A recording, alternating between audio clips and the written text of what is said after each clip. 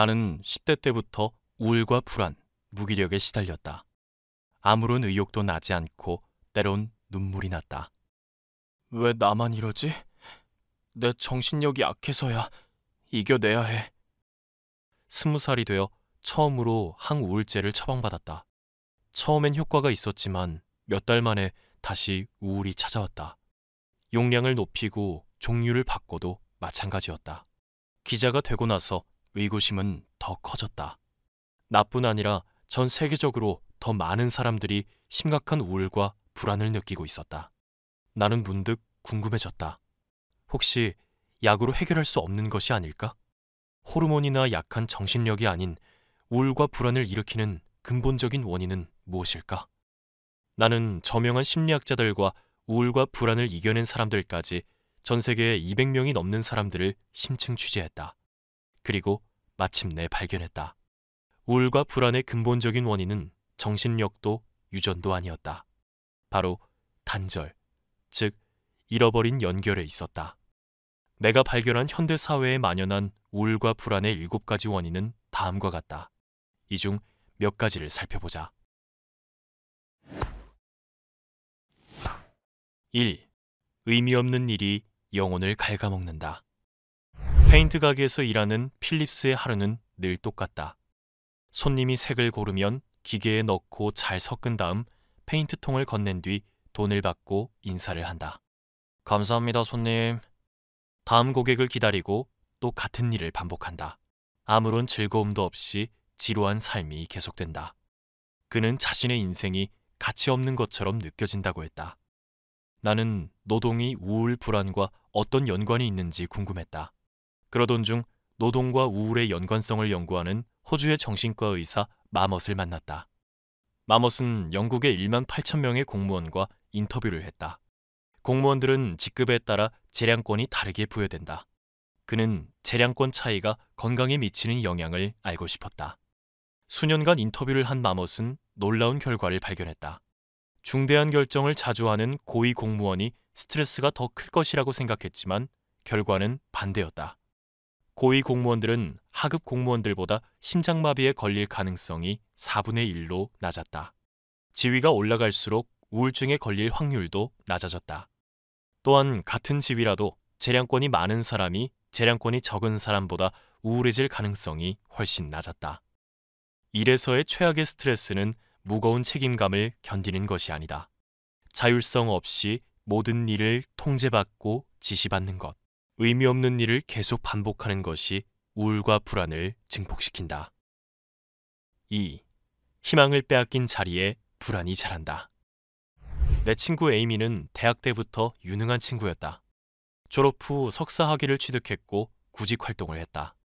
그런데 이상하게도 안정적인 직장을 구하지 못했다. 그녀는 계약직으로 콜센터에서 교대 근무를 시작했고 금요일마다 다음 주에 일을 할 수 있을지 없을지 통보받았다. 에이미는 한치 앞도 계획할 수 없었다. 친구들이 내 집 마련, 투자에 대해 이야기하는 것은 마치 멀리 떨어진 곳의 이야기처럼 들렸다. 2달이 지났을 무렵 에이미는 출근하는 버스 안에서 벌벌 떨었다. 한 발자국도 움직일 수 없는 느낌이었다.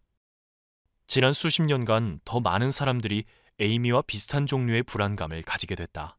당장 내일, 다음 주, 다음 달에 내 일자리가 어떻게 될지 알 수 없어 불안해한다. 이탈리아 철학자 파올로 비르노는 우리가 프롤레타리아에서 프레카리아트로 옮겨가고 있다고 말했다. 프롤레타리아가 직업을 가진 육체 노동자 집단이라면 프레카리아트는 안정적인 직업을 가지지 못한 불안정한 유동적 집단을 의미한다. 불안정성은 저임금 노동자들 사이에서 시작됐지만 현재 많은 중산층이 고용 안정성 없이 불안하게 일한다.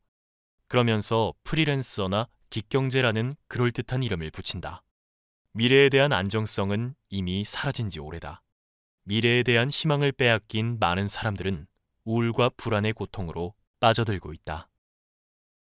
3. 개인과의 단절은 최악의 스트레스다. SNS, 메신저, 메일. 그 어느 때보다 초연결화된 시대이지만 많은 사람들이 외롭다고 말한다.